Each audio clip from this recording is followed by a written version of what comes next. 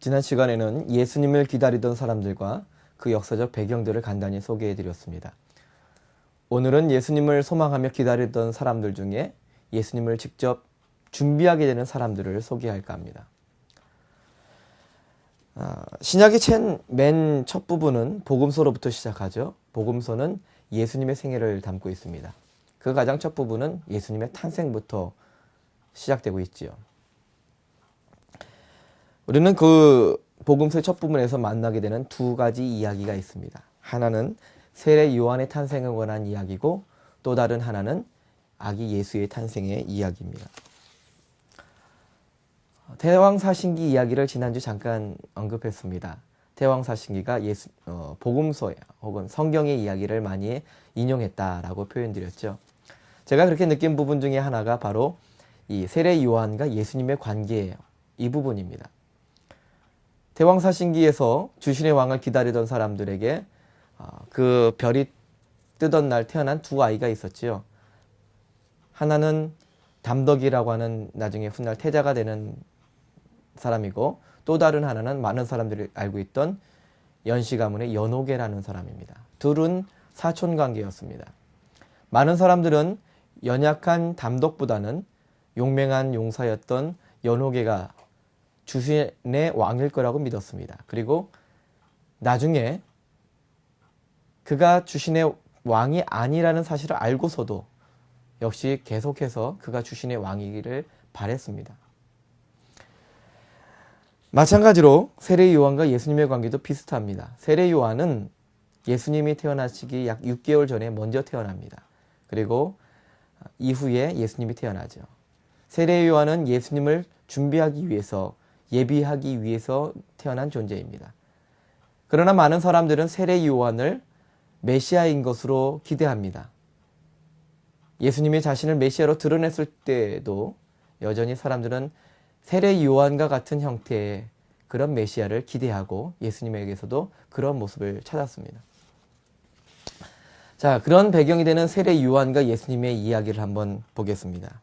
먼저 세례 요한의 이야기를 해볼까요?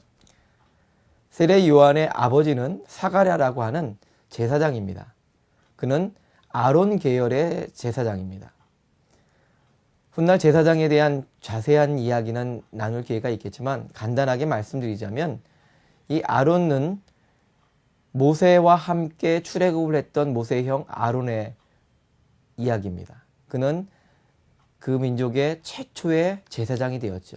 그리고 그의 가문은 대대로 제사장이 되면서 여러 계열의 제사장들이 레위 지파 중에 제사장이 나오지만 아론 계열의 제사장이다 라고 말하면 가장 정통성 있는 제사장이라고 말할 수가 있습니다. 당시에는 그런 순수한 제사장들 뿐만 아니라 정치적으로 권력을 사서 권력자들에게 돈으로 사서 제사장이 된 좀 정통성이 떨어지는 제사장들도 있었습니다. 그런 혼탁한 상황 속에서 세례 요한의 아버지 사가랴는 정통성 있는 그리고 그에 대한 표현을 보면 흠없는 제사장이었다라고 표현할 정도로 아주 좋은 제사장 가문의 사람으로 세례 요한은 태어났습니다. 제사장들은 예배를 집례하기 위해서 제비를 뽑아서 그 순번으로 성소에 들어갑니다. 마침 사가랴가 자기의 순번에 따라 성소에 들어가게 되었을 때 사가랴는 성소에서 천사를 만납니다. 그리고 천사에게 계시를 듣지요. 그의 부인이 아들을 낳을 것이고 그 아들이 장차 메시아의 길을 예비하는 큰 인물이 될 것이다 라는 계시였습니다. 그런데 그는 그 말을 믿을 수가 없었습니다. 왜냐하면 그와 그의 부인은 너무 늙었기 때문입니다. 그가 의심하자 천사는 아이를 낳을 때까지 그가 말을 하지 못할 것이라고 이야기를 하고 그 말대로 제사장은 말을 할 수 없었습니다. 말을 하지 못한 채로 성소에서 나온 사가랴는 집으로 돌아옵니다. 사람들은 답답해합니다. 그러나 천사의 예언대로 그의 부인은 아이를 갖고 훗날 그 아이가 탄생할 수 있었습니다. 늙은 여자가 아이를 낳는다는 것은 불가능한 일이지요. 그러나 성서에는 그런 선례가 또 하나 있었습니다. 그들의 조상이 되는 아브라함, 그는 하나님의 약속을 믿고 100세까지 기다렸습니다. 그의 나이 100세 그리고 그의 부인 나이 사라의 나이가 90세일 때 그는 하나님의 약속대로 임신을 하고 이듬해 아이를 낳습니다. 그가 이삭이지요. 아무튼 그럼에도 불구하고 늙은 여인이 아기를 낳는다 하는 것은 거의 불가능한 일입니다. 그런데 그보다 더 불가능한 일이 일어납니다. 세례 요한이 태어난 지 6개월 뒤에 그의 친척 마리아라고 하는 여인에게 동일한 천사가 찾아갑니다. 그리고 하나님의 말씀을 전합니다. 내가 아이를 낳을 것이다. 그 이름을 예수라 하라. 다른 성경에는 임마누엘이라 하리라 라고 말합니다. 그런데 문제는 그 여인은 아직 결혼을 안 한 상태였다는 것입니다. 뿐만 아니라 남자를 전혀 알지 못하는 처녀였다는 사실입니다. 결혼 안 한 여자가 임신하게 된다는 사실을 받아들이는 것도 무척 어려운 일이지만 더욱에 전혀 남자를 알지 못하는 상태에서 아기를 갖는다, 잉태를 한다, 이것은 아주 불가능한 일입니다. 아무튼 그런 과정을 통해서 처녀의 몸으로 임신을 한 아기가 태어났는데 그 아이가 바로 예수님이고 메시아였다는 것입니다.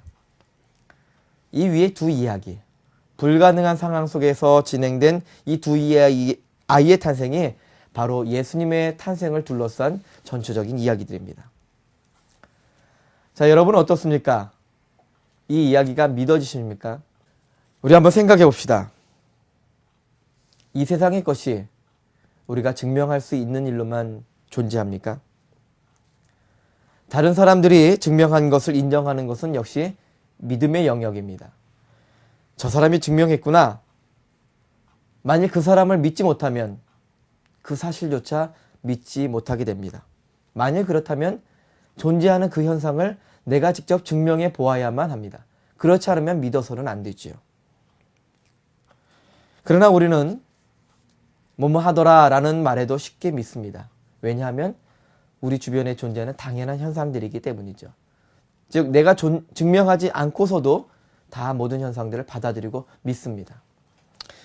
그러기에 우리는 매우 많은 믿음들 가운데 살아가고 있습니다. 특별히 과학의 영역에 대해서도 믿음들이 존재한다고 말할 수 있습니다. 자, 이제 여기서 우리의 의문을 한번 추적해 봅시다. 첫 번째 이야기도 문제지만 두 번째 이야기는 모든 사람들에게 뜨거운 감자가 되고 있습니다. 어떻게 처녀가 잉태하여 아이를 낳을 수 있을까? 무신론자들 뿐만 아니라 이성을 가졌다고 자부하는 사람들은 모두 이 사실을 믿는데 주저합니다. 이 사실 때문에 믿음을 갖지 못한다고 말들을 합니다. 처녀가 잉태하였다는 것, 그리고 죽은 사람이 부활하였다는 사실, 이 두 가지만 믿으라고 강요하지 않는다면 난 기독교 믿겠다라고 말하는 사람들을 많이 접해봅니다. 처녀가 잉태할 수 있다는 것을 증명해 보아라.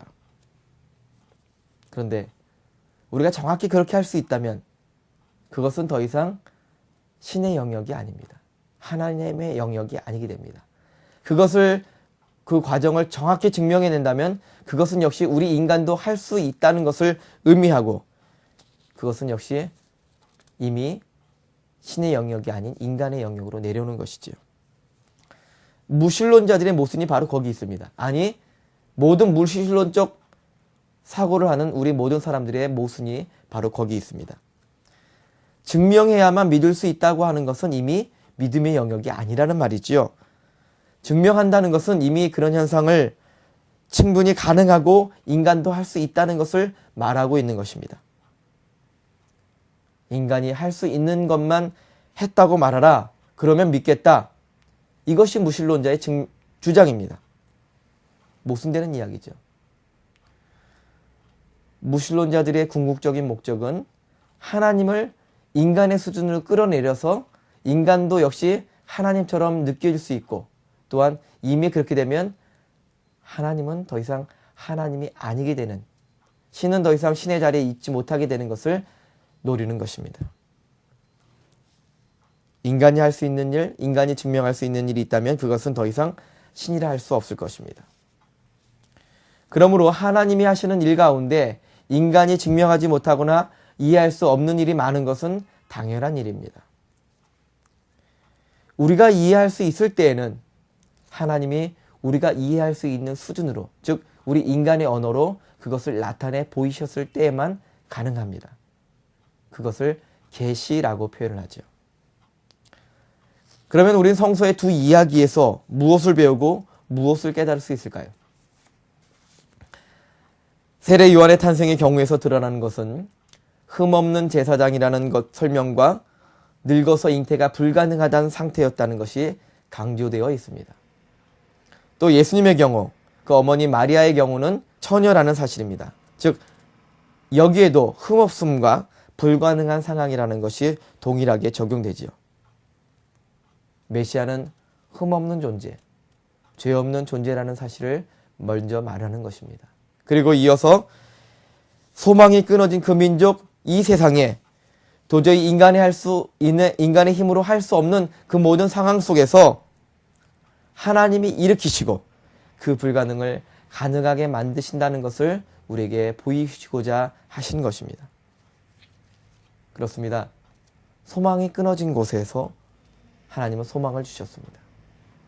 인간의 힘으로 더 이상 할 수 없을 그때에 하나님은 역사하십니다. 하나님만이 하실 수 있는 일입니다. 그러나 이 외에도 처녀 잉태가 갖는 의미는 더욱 깊습니다. 즉 하나님은 어떤 것이라도 다 하실 수 있지만, 다시 말하면 굳이 처녀라고 하는 처녀 잉태라는 그런 모양을 통하지 않고서도 충분히 이 땅에서 보이실 수 있지만, 그럼에도 불구하고 최소한 인간에게 부여할 수 있는 상징들, 인간이 이해할 수 있는 상징들을 보여주시기를 원하셨습니다. 하나님이 인간이 되셨다는 것을 인간이 인식하고 느낄 수 있도록 어떻게 하면 그들이 이해하고 발견할 수 있을까? 그것은 인간의 몸을 입고 온다는 상징을 통해서일 것입니다. 그러나 그냥 인간의 몸으로만 나오면 그것은 인간일 뿐입니다. 그러므로 성령으로 잉태된 사건을 보이신 것입니다. 즉 하나님으로부터 인간이 되었다는 것을 인간의 언어로 표현해 보이시는 거지요. 하나님이 인간이 되심을 보이시는 유일한 언어는 하나님으로 인해 인간의 몸을 통해 오셨다 하는 것입니다. 예수님은 완전한 신이시며 또한 완전한 인간이셨습니다. 단 한 가지 차이가 있다면 인간의 죄만이 없을 뿐이시죠. 죄는 없으시지만 인간의 아픔과 고통을 이해하고 체험함으로 인간과 같이 되셨습니다. 또한 인간이 하나님의 영역으로 올라갈 수 없기에 하나님이 인간의 자리로 내려오신 것입니다. 그리고 인간의 몸으로 모든 고난을 겪고 죽음까지 경험한 후에 죽음을 딛고 부활하셔서 모든 인간으로 하여금 부활할 수 있는 소망을, 그런 가능성을 열어놓으신 것입니다. 자, 우리 정리해 봅니다. 예수님은 하나님이 인간이 되셨다는 것을 가르쳐 주시기 위해서 처녀의 몸에 성령으로 태어나시게 되셨습니다. 또한 인간이 되셨으되 죄가 없다는 것을 보이시기 위해서 처녀라는 상징을 사용하셨습니다. 그리고 완전히 소망이 끊긴 자리에서 소망을 주시기 위해 인간에게 불가능해 보이는 늙은 여인의 잉태나 혹은 처녀의 잉태라는 상징으로 나타내 보이셨습니다. 이런 사실들을 인정하고 믿을 때 우리의 고난의 한계의 자리에서도 하나님은 역사하실 것입니다. 오직 하나님만이 하실 수 있습니다.